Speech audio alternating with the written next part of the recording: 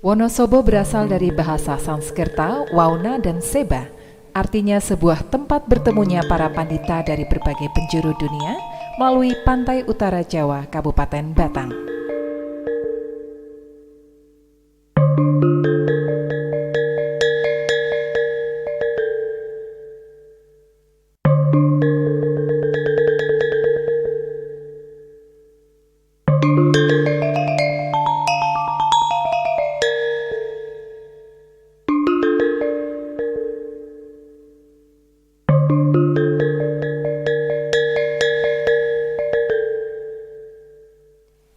Melihat sisi sejarah, merupakan sebuah kota yang erat hubungannya dengan kerajaan Kalingga yang dipimpin Putri Sima pada abad ke-7 dan kedatangan 3 orang pengembara yang membangun kota.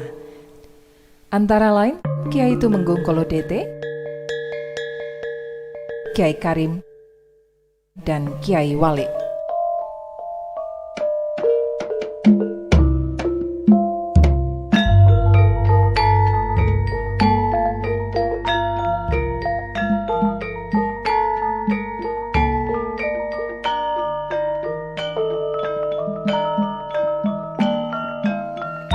Menyimak sejarah masa lampau Kabupaten Wonosobo, kita diingatkan 3 winasis tokoh pilar, Kiai Kolodete, Kiai Karim, dan Kiai Walik, yang pada awal abad ke-17 ketika kerajaan Mataram Islam mulai berkembang. Seiring dengan itu, 3 tokoh ini membuat posisi mendirikan pemukiman. Kiai Kolodete di dataran tinggi Dieng, Kiai Karim di Kalibeber, dan Kiai Walik di Kabupaten Wonosobo, merupakan konfigurasi yang sangat tepat membangkitkan semangat pendirian Kabupaten Wonosobo hingga saat ini.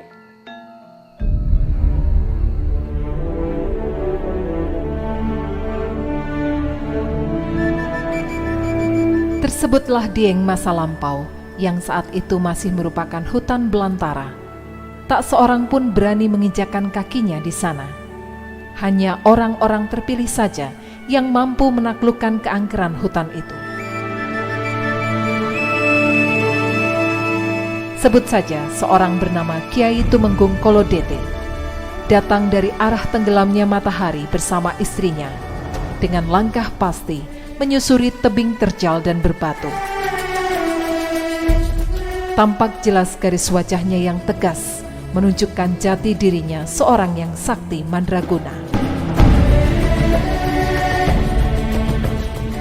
Cerita tutur tinular, beliau sangat berperan dalam pendirian pemukiman baru yang kini dikenal dengan nama Wonosobo.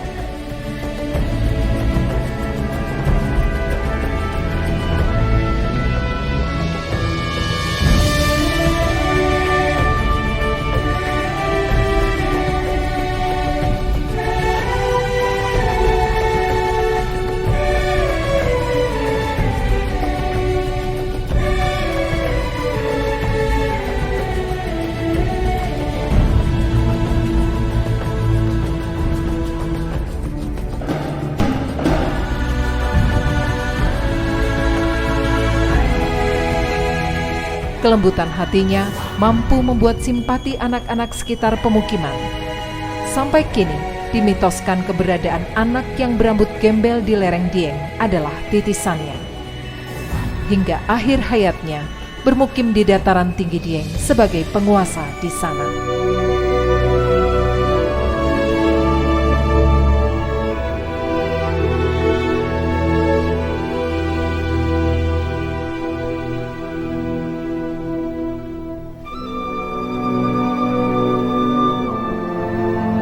Pada suatu waktu, dari arah utara hutan belantara, datang pula seorang tokoh yang bernama Kyai Walid.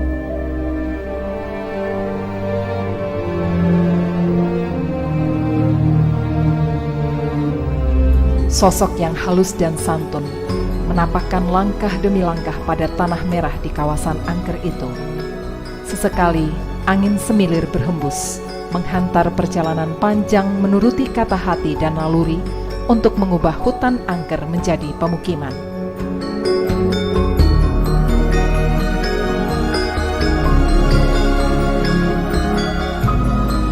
Kyai Walid melegenda sebagai cendekiawan yang mempunyai pandangan luas. Beliau sangat berperan sebagai perancang terwujudnya kota Wonosobo. Sebagai seorang winasis, piawai menata lingkungan, sehingga pemukiman terlihat asri dan damai. Sampai akhir pengabdiannya, berada di Wonosobo yang petilasannya berada di komplek Masjid Al-Mansur Kauman.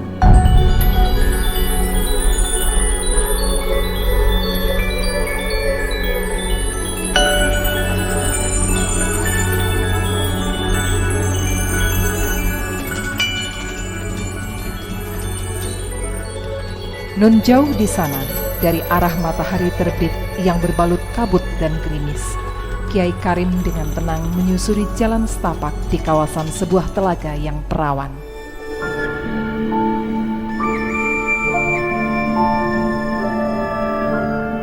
Meski telah menghabiskan perjalanan panjang, tak nampak kelelahannya. Bahkan senyum selalu mengembang, memberikan pengayoman pada anak dan istri yang selalu menemani dalam pengembaraannya.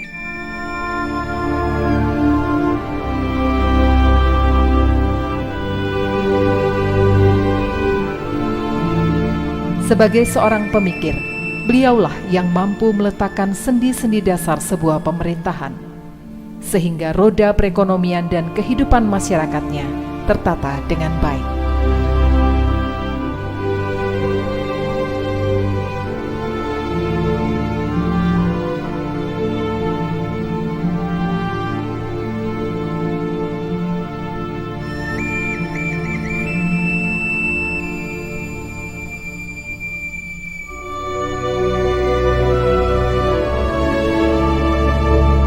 Seperti telah digariskan oleh Hyang Kuasa, pada suatu ketika, 3 tokoh yang berkarisma itu bertemu di sebuah tempat.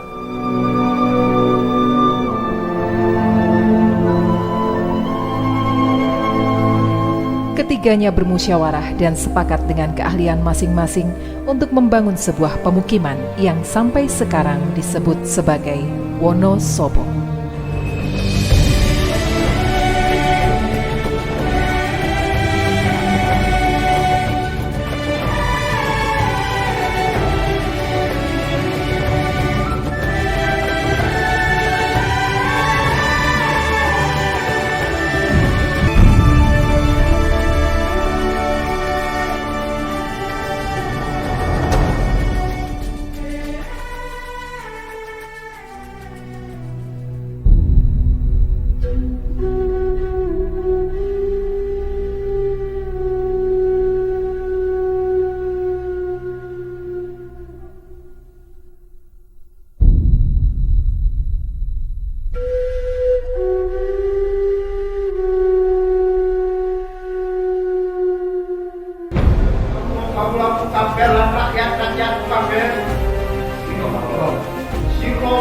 Di kemudian hari muncul tokoh-tokoh penguasa Wonosobo, masing-masing Tumenggung Kartowaseso, Tumenggung Wirotuto, dan Tumenggung Singowedono.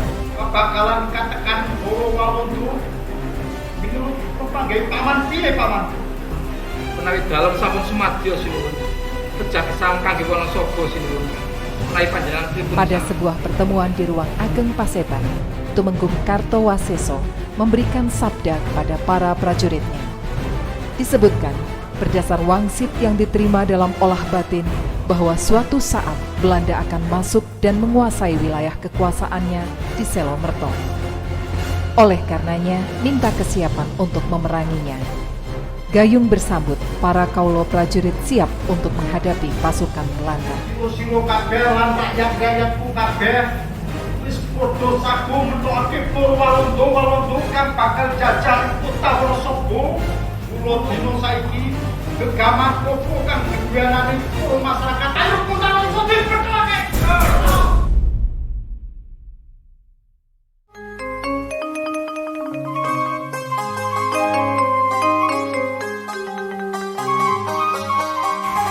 Matur nuwun para paman lan para tunggawa kabeh.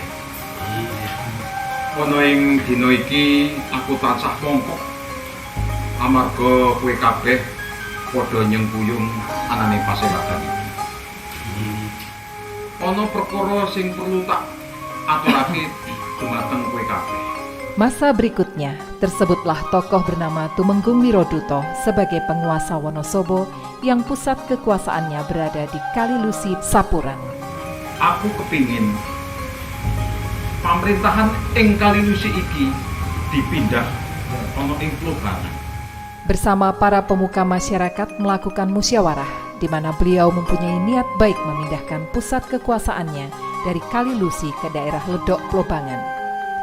Diungkapkan niatan itu tak lain hanya ingin lebih mensejahterakan para warganya. Musyawarah pun berlangsung seru. Meski demikian, pada akhirnya para warga menyetujui gagasan Tumenggung Wiroduto memindahkan daerah kekuasaannya ke Ledok. Yang kuyung jumeneng panjenengan. Ya den kowe pamanmu kibat piye? Ini nggih. Nyun sewu Ki. Dalem gadah pemanggih. Mbok menawi wonten nepatipun saderengipun nyun pangapunten ingkang kathah. Ingkang sepindah menawi pindah wonten Plobangan menika menapa langkung sae ketimbang wonten mriki. Ingkang kaping kalihipun Ki Wiroduto menika lak sampun sepuh. Menapa tasih kawogan menawi pindah wonten Plobangan menika. Makaten. Ngene para paman. Iya. Wilayah Plobangan kuwi ya bisa dadi garis pertahanan. Awit saka kulon, saka kidul, mula kowe kabeh dina iki uga padha nyengkuyung anane pemindahan saka pecekelan Kalilusi ana ing Plobangan. Sarujut to? Dawuh. Yen ngono, dina iki uga katindakake. Penguasa Wonosobo yang lain adalah salah satu cucu Kiai Karim bernama Singowedono.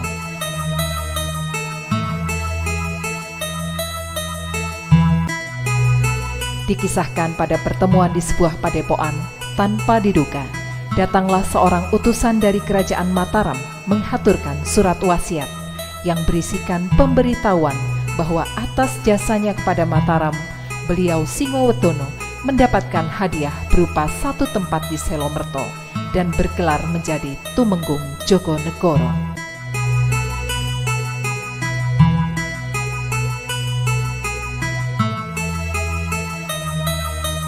Dengan pusat kekuasaannya di seluruh Selomerto, ketika wafat beliau dimakamkan di desa Pakuncen. Hingga kini makam beliau banyak disiarahi warga.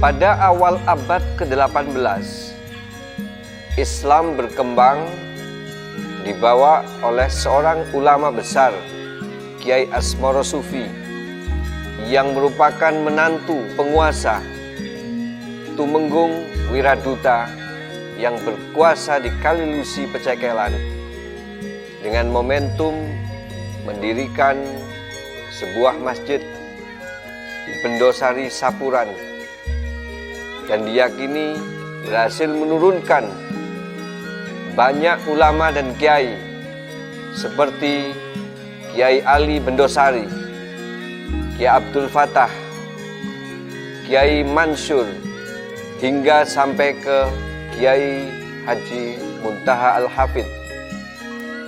Yang kita yakini para kiai ulama tadi yang merupakan tokoh-tokoh kunci bagi pembentukan karakter masyarakat di kabupaten ini.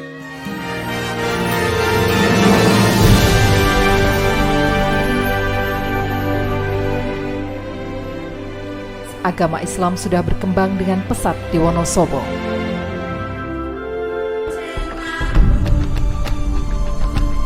Salah satu tokohnya bernama Kiai Asmoro Sufi yang tak lain menantu Tumenggung Wiroduto.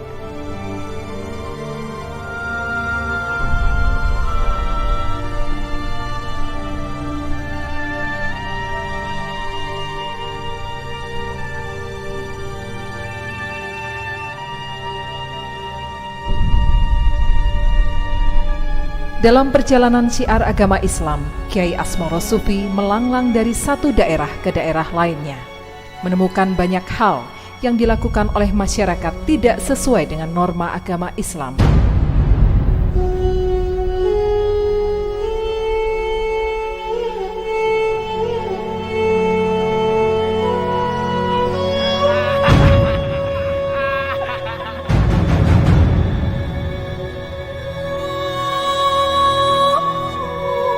Banyak masyarakat kehilangan arah angin peradaban. Pelecehan terhadap perempuan terjadi di mana-mana. Untuk menyadarkan masyarakat yang sesat, tak jarang Kiai Asmoro Sufi harus menggunakan caranya sendiri dan kesaktiannya.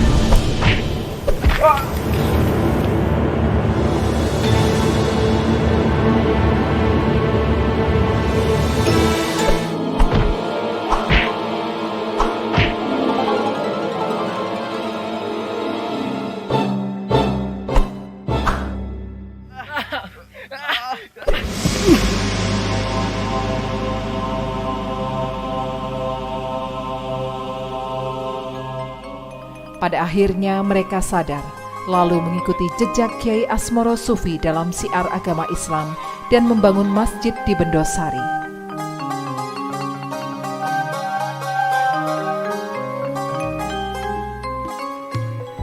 Makin hari pengikut Kiai Asmoro Sufi semakin banyak. Beliau menurunkan ulama besar dan pemilik pondok pesantren di Wonosobo, seperti Kiai Ali Bendosari, Kiai Syukur Soleh, Kiai Mansur Kauman, Kiai Abdul Fatah Tegalgot, Kiai Soleh Pencil, Kiai Asari, Kiai Abdul Fakih, Kiai Hasbullah, dan Kiai Muntaha Kalibeber.